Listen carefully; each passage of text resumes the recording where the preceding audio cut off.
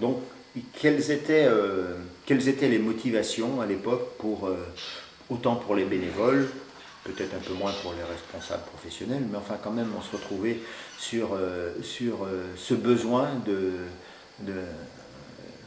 de mettre en avant des valeurs qui pour nous étaient principalement liées à ce qui fait un homme, c'est-à-dire sa place dans une société, qu'il puisse avoir une formation après un travail, après une activité. Et on était en face de populations qui reculaient, dont on avait vu qu'elles perdaient un petit peu des savoir-faire, comme la vannerie, comme la musique. Enfin, on avait bien compris qu'il y avait les dangers qui sont liés à une certaine déculturation.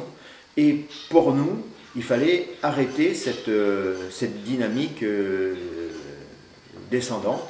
Et l'intérêt était donc d'embrayer vers quelque chose de positif. Ça nous a semblé tout de suite important de pouvoir arriver à avoir une scolarisation digne de ce nom au niveau du primaire. On était à l'époque où très peu d'enfants, pas d'enfants même, allaient en maternelle.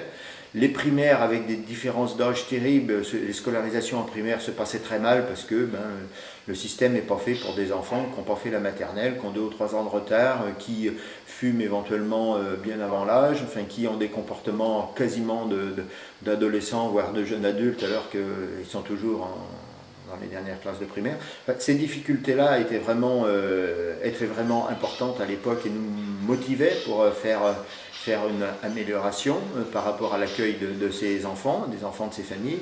Et le stationnement, à l'époque, on avait quand même des stationnements sauvages au pied de poubelles, dans des bas de champs, des stationnements dans la boue, sans eau, sans électricité, avec des chiens faméliques, des images dignes du quart-monde, ou aujourd'hui on dirait de la jungle de Calais. Mais c'était ce qu'on avait de manière très courante. À l'époque, pour ce qui est de la place d'Aigues, on pouvait en recenser 7 ou 8, de 5 ou 6 caravanes, avec des conditions vraiment inacceptables.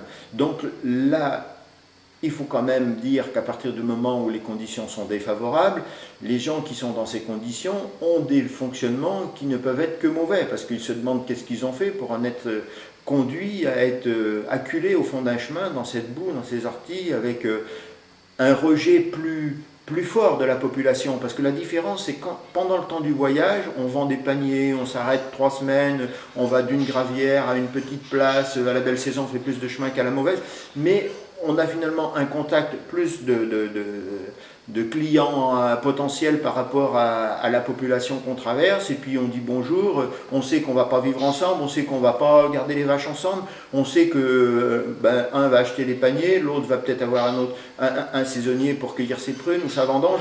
Il y avait une organisation sociale qui convenait aux uns et aux autres. Là on était désorganisés et on avait besoin de remettre quelque chose qui tienne à peu près debout et qui était parti à se casser complètement la figure.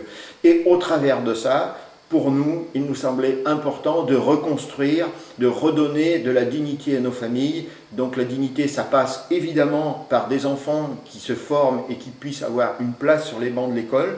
Et soit dit en passant, ça amène quoi? Ça amène pas rapidement des savoirs importants, parce qu'on verra ultérieurement les difficultés qu'on a eues au collège et qu'on a toujours au collège, mais ça amène une socialisation, c'est-à-dire l'école c'est un cadre avec des heures, un repas à midi, donc toute une modification importante et qui permet effectivement après une meilleure acceptation des modifications de conditions d'habitat quand il faut quitter la caravane ou le camp pour rentrer dans un habitat plus en dur où là on va changer de mode de vie.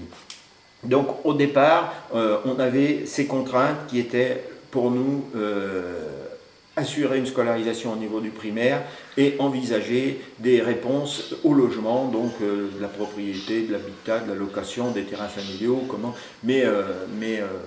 diminuer cette pression inacceptable qu'on avait avec des stationnements sauvages au bout d'un champ de maïs, au bord d'une rivière et à côté des poubelles.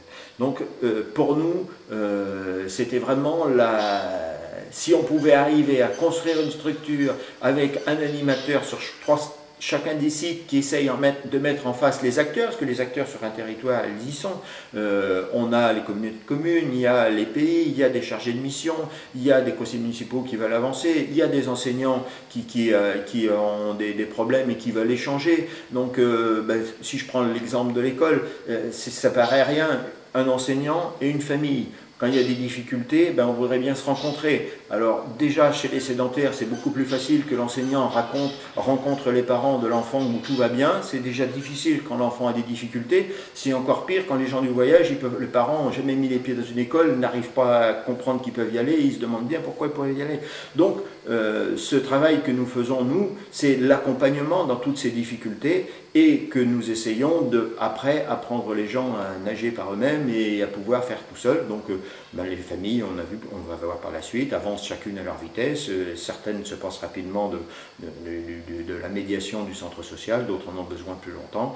Et nous, on est là pour répondre aux problèmes nouveaux au fur et à mesure qu'ils arrivent, parce qu'on s'apercevra par la suite de notre pourtant jeune existence, que d'une année sur l'autre, les problèmes évoluent continuellement et ce qu'on a pensé au départ ne sera plus ce qu'il faudra faire le lendemain et encore moins le surlendemain.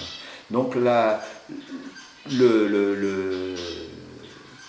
réalisation au départ, c'est vrai, quand on s'est rencontrés, quand on a commencé à travailler, c'est fait sur des bases qui se sont vite avérées à bouger très vite. Les lignes bougent encore plus vite que pour le reste de la société, et on a été amené à s'adapter et avoir un centre social qui maintenant a une expérience et des besoins un petit peu différents, puisqu'on est rendu plus trop dans l'école primaire, mais maintenant dans les difficultés liées au collège, liées à l'apprentissage des métiers, liées à la suite.